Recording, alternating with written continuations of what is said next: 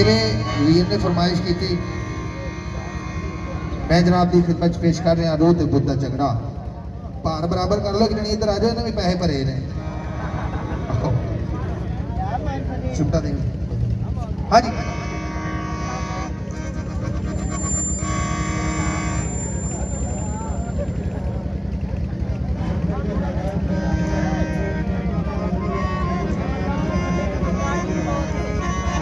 ओ परदेस गया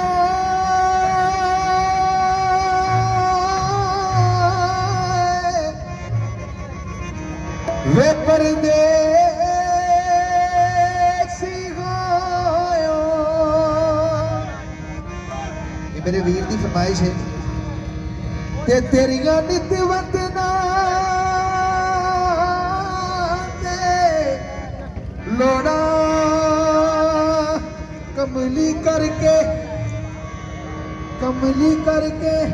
छड़ गयो माया ओ मैं ते कख गलियां दे रोल। तू भी मिट्टी दा बावा मैं भी मिट्टी दा बावा ओढ़ के किधर हार के बाजी सब ने डूंगी नींदर। मैडम ठंड लग रही है, इधर आ जरा, ठंड लग रही है, मैनू भी बड़ी लग रही है। मैं ठंड लाने का तरीका दसा, अगर लोई का उन्होंने 300 हलाल करिए लाए नजर आओ तो चज ना काम करके जरा विखाइए एला तो ला दे, उन्होंने पता लगे। हाँ उन्होंने बना दे बस, तू फड़ भाई एक ताड़ी लाओ जरा नवाज जरा मिल गया कहना हो गई।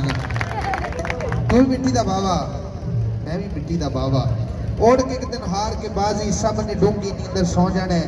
एक दिन आंदा है आके इस गाफल बंदे को पुछदा है, कहता है बोल बड़ियां गल्लां करदा से अज गल्लां करके विखा। सुन के भी काका सुन के गल सुननी है, जे ते लोहार की गल सुनी तो फिर रब की कसम स्वाद आएगा, तो जे सुनी ना तो मेरा कसूर कोई नहीं, मैं अधिकारी लैनी है।